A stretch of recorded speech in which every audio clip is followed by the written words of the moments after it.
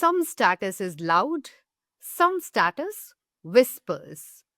Today, we are talking about the whisper, cultural capital, and taste hierarchies. Why certain people don't need logos, and why those who know. The idea traces back to sociologist Pierre Bourdieu. Alongside money, we trade in non economic assets such as education, aesthetic sensibility, insider knowledge that quietly move us through society. That's cultural capital. And when some tastes are rewarded as legitimate and others are dismissed, you get taste hierarchies. In luxury, this is the power of restraint. Knowing what not to buy can signal more than anything you show. Hi, I'm Akanksha, and this is The Storyteller's Lens.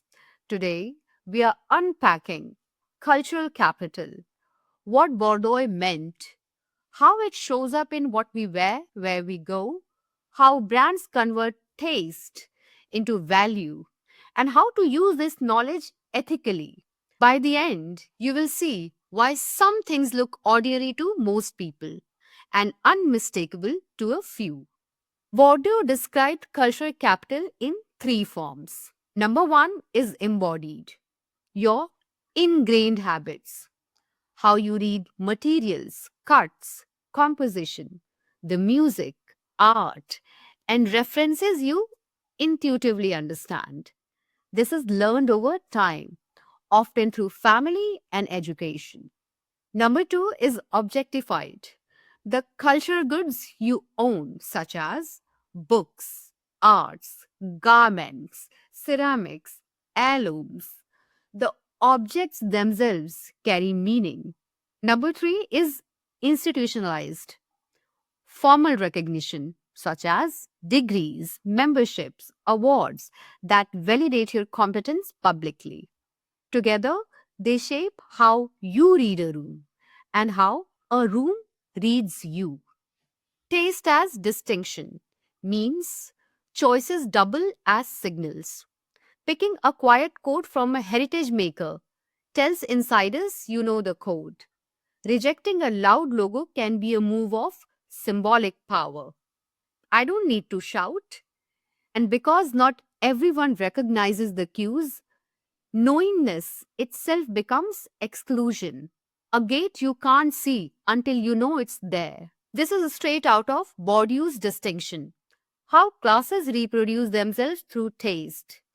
In modern markets, that converts to price.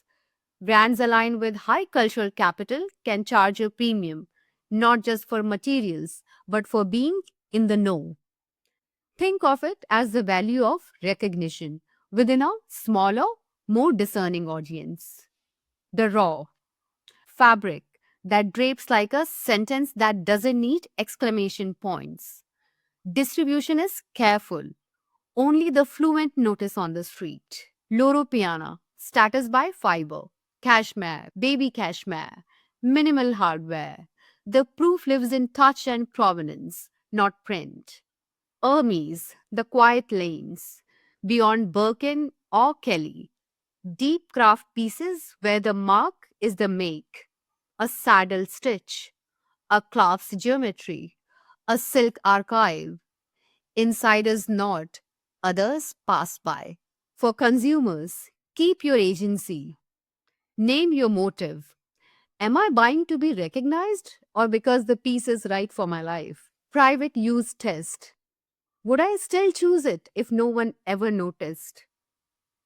Learn the language, materials, cut, construction, provenance, the why behind price.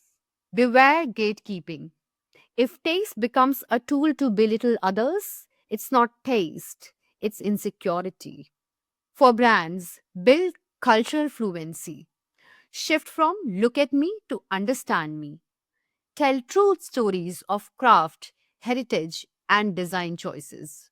Design recognizable restraint, signature stitches, closures, legible to insiders, never shouty. Educate without condescension. Studios, ateliers, workshops, archives open the door, invite learning, segment by cultural capability. Some clients want logos while they learn, others want whisper codes. Serve both, don't confuse them. Protect the signal, pace diffusion, avoid over licensing, rotate subtle codes before they hit saturation. Tie taste to substance. If the product doesn't deliver on quality, quiet becomes empty. Bourdieu wrote this in a very different France. Today's taste is global, hybrid, algorithmic. Boundaries move. We should too. Cultural capital is real.